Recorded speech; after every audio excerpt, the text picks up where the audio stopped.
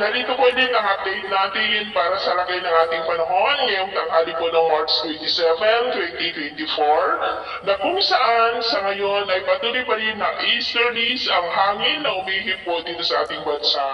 Wala pong anumang sama ng panahon sa loob at labas ng ating area of responsibility, pero dahil sa easterlies ay nakakaranas pa rin po tayo ng mga isolated rains sa ilang bahagi po dahil po yan sa moisture na dala-dala nito na nanggagaling pa dyan sa may Pacific Ocean.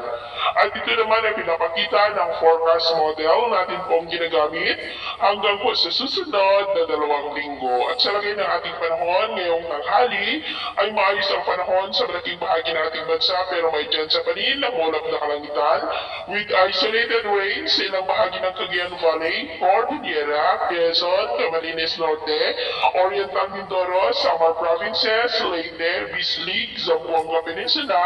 at dyan po sa Maymati. At sa susunod na mga oras ay posible pa rin ang maulap na kalangitan with isolated rains sa ilang bahagi ng Cagayan Valley, Cordillera, Ilocos Region, Pangasinan, Zambales, Quezon, Camarines Norte, Mindoro Provinces, Palawan, Aklan, Masbate, Leyte, ilang bahagi ng Samar, Zamboanga Peninsula, Northern Mindanao, Calaga, Davao Region, at ilang bahagi po ng Sorsogon.